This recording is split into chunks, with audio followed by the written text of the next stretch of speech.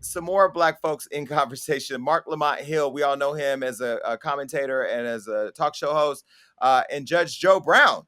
They got into it over Bill Cosby getting released. Now, I didn't even know Joe Brown was still out here because the last time I saw, he was going viral for being allegedly under something, right? So Judge Joe Brown, him and Marc Lamont Hill got into it, baby. They got into a heated debate over the disgraced comedian Bill Cosby's recent release from prison. Brown appeared on Hill's TV news show, Black News Tonight. By the way, Mark, you follow me on Instagram, but you didn't invite me to your show. I did pay attention to that. Mark, who's a professor at Cosby's alma mater, Temple University, invited him on the show for a discussion on the issue. And after the two fired off opposing tweets. In a segment that lasted over 15 minutes, the two went back and forth about Cosby and his abusers. And while they agreed in the interview that the legal manner of Cosby's assault conviction was indeed unfair, they differed on what Cosby's 2005 deposition meant. And, it was just a lot for the world to watch. I don't know if you guys saw it, but Mark asked if Cosby should still be held accountable for his predatory behavior. And Joe responded, quote, "What about these women being accountable for their own behavior? They were groupies, sex, drugs, rock and roll, sex, drugs, rap, sex, drugs, basketball, baseball, football, movies, television. See, it's called being a groupie. We forgot that term and what it meant."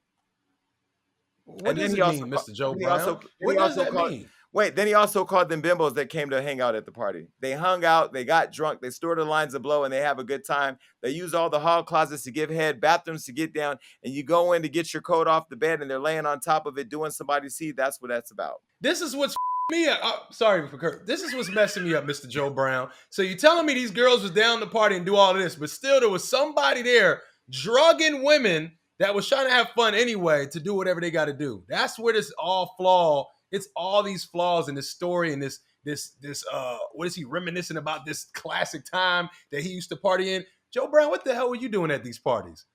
Brown, you was just walking in, getting your coat, getting your coat. You wasn't participating at all. I was getting my coat. I seen these groupies walking around, but I knew I was going to be a judge. You sound like you missed the good old days, Mr. Joe Brown. What's going on over there, man? What's up with that? He is gross. He's actually the perfect example of the kind of man I was talking about, right? Who is supposed to be this beacon of justice, but we know that behind the scenes, Brown Looker Joe is problematic. I'm going to give you guys a cheat sheet about how to be on the right side of history so you never have to look back at footage and apologize to your kids. Don't ever use the term consensual sex. There's no such thing. There's sex and there's rape. Non-consensual sex is just rape. It's not sex anymore, right? And when you look at it from that lens of there's sex and rape and there's no in between, right? You cannot compare somebody using their sexual free agency. I could 20 dudes if I want. I still don't deserve to be raped. They're not the same thing. They're not interchangeable. So you bring up someone's sexual proclivities as an excuse for them being sexually assaulted and raped is disgusting. And the sad part is women aren't the only ones who are being raped and molested.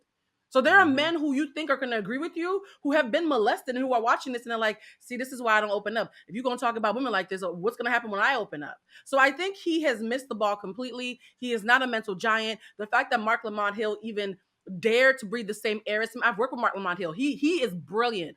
And let me say this, because this week, and on top of all of this, Jesus. Bill Cosby is planning a comedy tour, and amongst other things. And I know that the people are going to be torn over that. I'm not going to go and watch it because if he makes one joke about sexual assault or a pudding pop, I'm not going to know what to do with myself.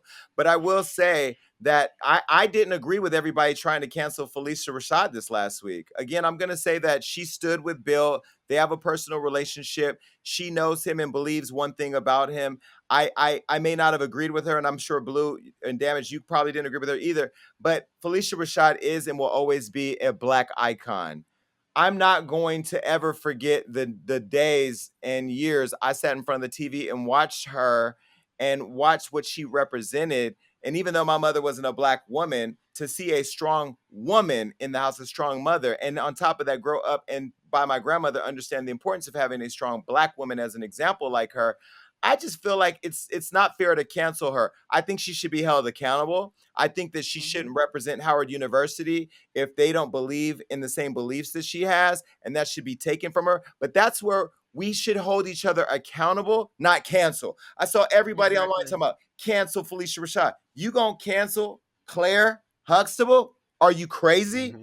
Nah, not with me. I'm not. They Claire gonna do Huxtable it. was the prototype. Like, she's the reason why I talk like this. I grew up watching her cussing out Elvin, and this is why I'm on the show right now. So I would be a complete hypocrite to cancel the blueprint, but I can be disappointed. I can hope that she'll see the think pieces that are being written to her from a place of love and grace, trying to explain things to her. I think we sometimes forget there's a different generation that didn't know any better, and they're learning super late in life. And we have to have some grace for having teachable moments without throwing away our elders. We need our elders. No community makes it without their elders. Mm-hmm. Yeah. Yeah, and I think we have to be able to have conversations like these. I think Marc Lamont Hill, who you said, I think, interviewing Judge Joe Brown was just crazy anyway, but he's so brilliant and so smart enough to be able to highlight the ignorance that exists in our community.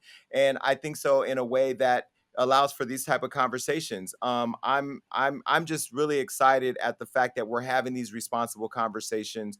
Um, I don't know about you guys, but I am just exhausted with how much stuff is going on in the world right now. Like, we just opened up, and it is, I mean, Meek Mill and Travis Scott fighting at the party with the white folks, Judge Joe Brown talking about the bimbos on Mark Lamont. I mean, like, Claire Huxtable getting canceled. I know Mercury retrograde is happening, but I'm in the house. Like, when I tell you I'm not traveling and I'm locked down with guns and alarm systems and sirens and the police on my phone, I am staying away from the world. It is a crazy place right now. But the one thing that I will say that isn't crazy is our audience who keeps showing up for us. We appreciate you. And just from the deepest place in my heart, I thank you for giving us the opportunity to have these type of conversations. And please keep in mind that we, all of the people we talk about, us, all you, we're all going to fall short, but there's nobody counting on us to fall short more than the other people.